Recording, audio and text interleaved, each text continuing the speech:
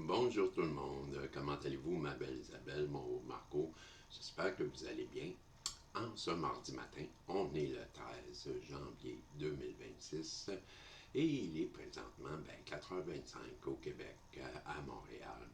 Donc, bon dodo québécois, on se revoit plus tard et pour le reste, bon avant-midi et bon début d'après-midi un peu plus tard. Et oui, Isabelle, Marco, on en est au message des guides. Je me réveille tranquillement. Je me suis levé, il était 4 heures.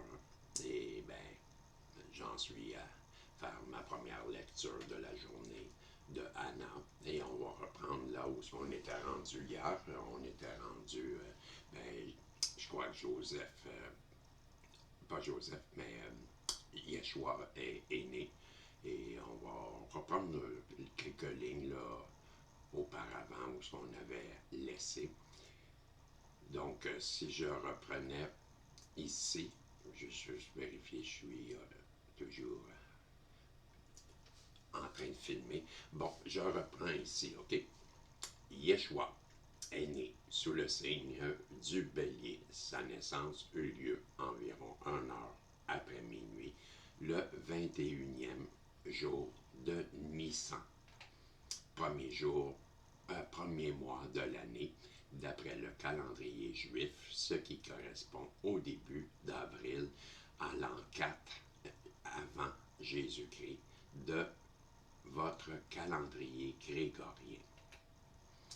Joseph était resté avec nous durant le travail et la délivrance.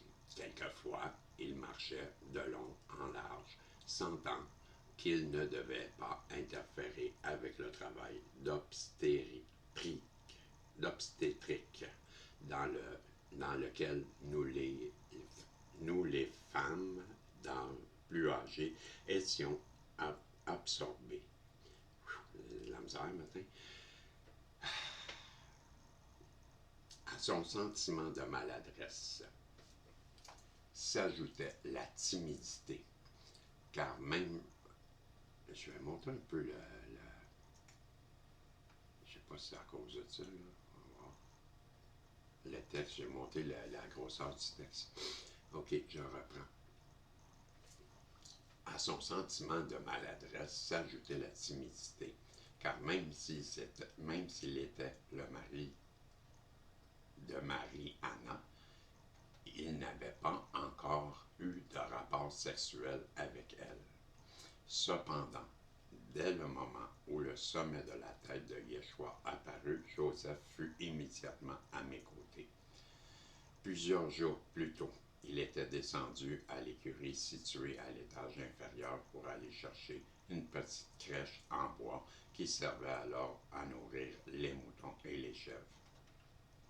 Nous l'avions déjà lavée et recouverte d'une toison de moutons et la paille, la plus fraîche qu'on puisse trouver à cette époque de l'année.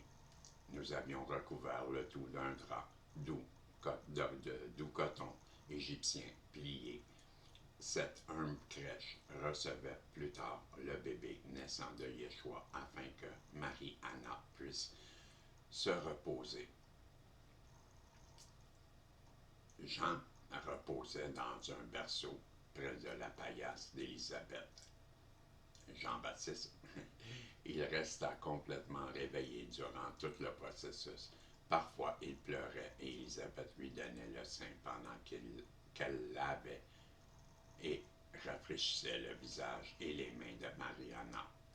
Puis, lorsque Mariana requérait plus d'attention, elle remettait Jean au berceau et le plaçait dans les bras d'un Joseph nerveux.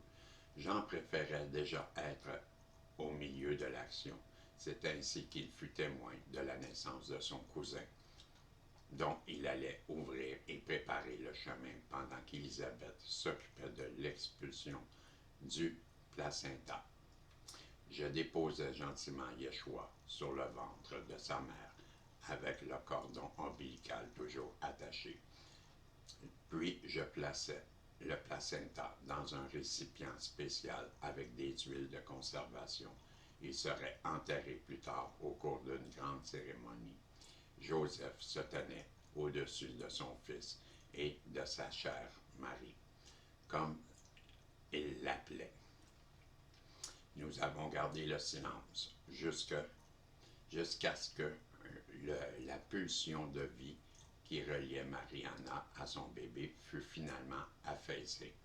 Puis nous avons coupé et attaché le cordon ombilical et nous avons lavé le nouveau-né. Il était là, enfin né, sans problème. Nous avons loué le Dieu, Père, Mère, de tous nos cœurs, nos esprits et de tous nos âmes. Nous avons prié pour la force et la sagesse de protéger et de préparer Yeshua ben Joseph à accomplir tout ce qu'il était venu faire. Nous demandions pourquoi Luc n'était pas encore arrivé.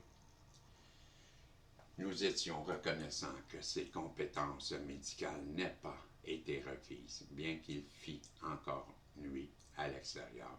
Une grande lumière inondait notre petite pièce comme s'il était midi. Après avoir lavé et oint Marie-Anna, nous l'avons conduite à son propre lit derrière un petit tapis suspendu qui lui créait un espace intime dans la chambre de séjour.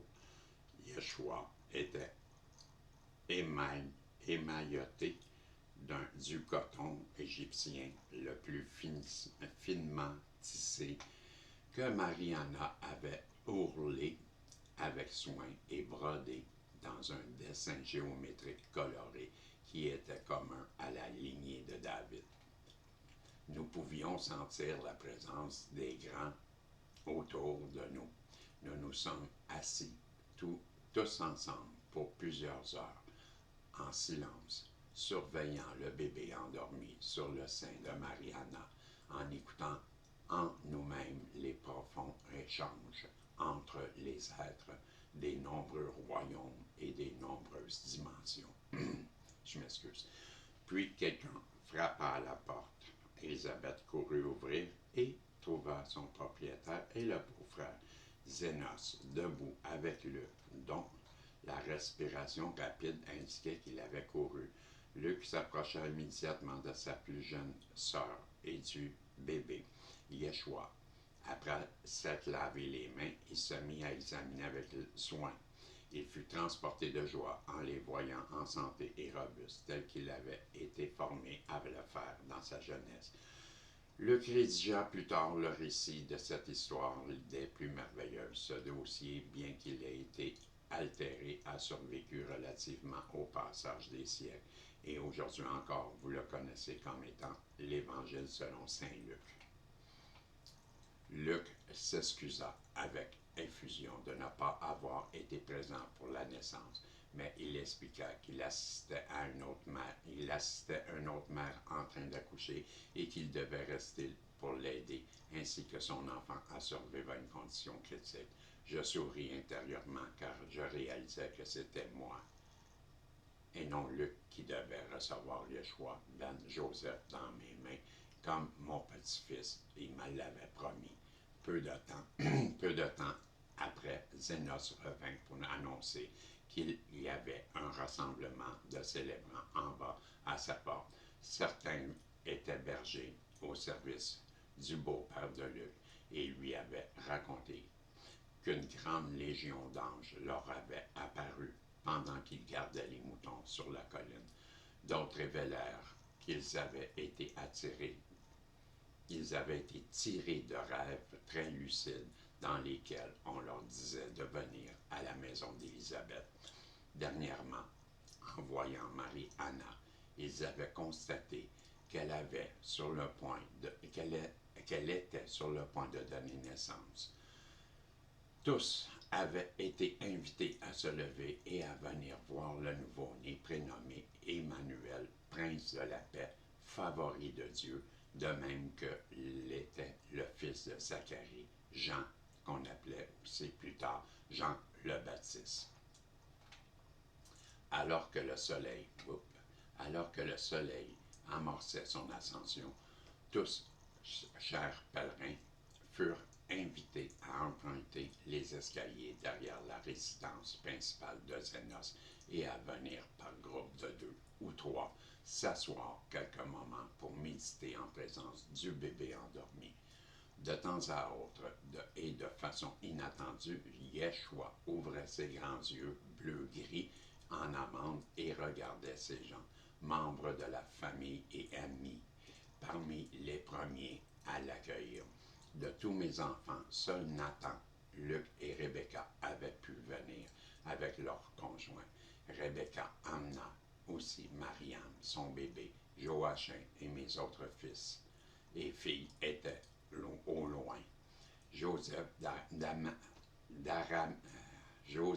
d'Arimathie et sa femme Marie de Magdala et ma fille Martha devaient tous les 3 s'enregistrer au recensement de Béthanie. Fascinant. Le Béthanie. Fascinant synchronisme. Marie-Madeleine naquit à Béthanie le jour même que Yeshua. Ah oui, ils ont la même date de fête. Ah, ouais. Marie-Madeleine naquit à Béthanie le même jour que Yeshua. Wow! Ah, j'ai des gros frissons. Et le même nombre d'heures après le coucher de soleil que lui avant le coucher. Ah, ils sont nés à la même heure. Ben, tu me niaises. Désolé. Wow! Parmi les employés du beau-père de Luc, il y avait un jeune garçon de 12 ans nommé Nathaël Ben Tolmi. Bartholomy. Hein? Bartholomy comme comme Bart. Bartholomy. Hein? Je m'excuse, c'est le même nom que Bart. Bartholomy. Hey Bart. Ah, c'est de là que ça vient, Bartholomy. Ah, je suis assommé. Ah, je suis désolé, j'aime trop les Simpsons, c'est pour ça. Parmi les employés du beau-père de Luc, il y avait un jeune garçon de 12 ans nommé Nathaël Ben Ptolémie, dont le surnom de Bartholomy en araméen, et c'est le nom de Bart Simpson, Barthélemy. Il faisait partie d'un groupe de bergers qui avait aperçu les anges et qui avait aperçu les anges. Il portait dans les bras un agneau nouveau-né et orphelin qu'il apportait en offrande à Yeshua.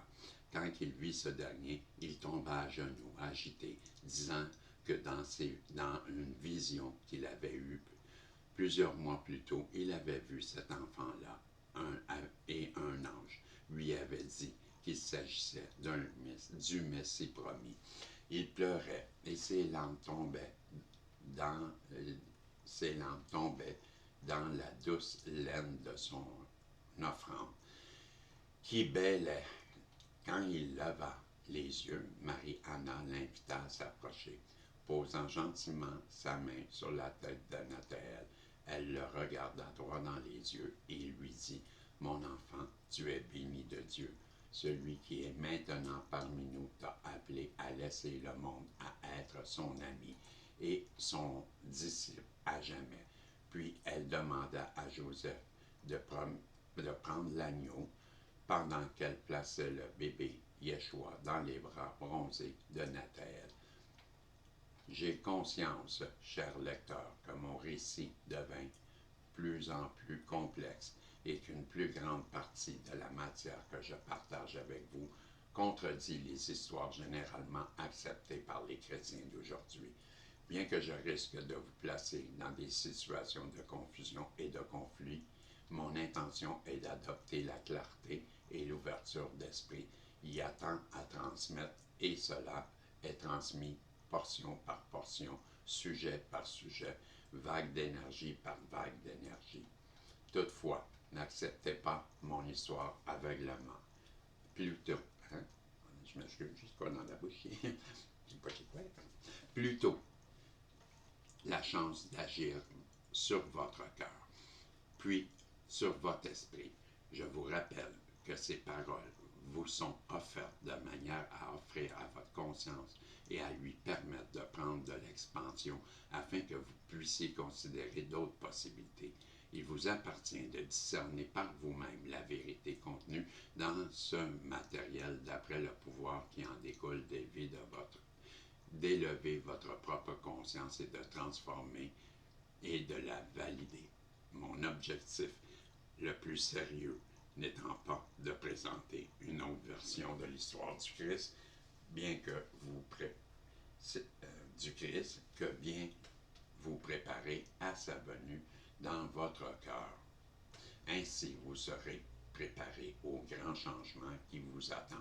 Par conséquent, ouvrez votre cœur et souvenez-vous des énergies qui révèlent par le truchement de vos sensations. Qui se révèlent par le truchement de vos sensations. J'ajouterai que je suis ici avec vous. Le but de ma présence dans le passé et celui de ma présence actuelle sont identiques.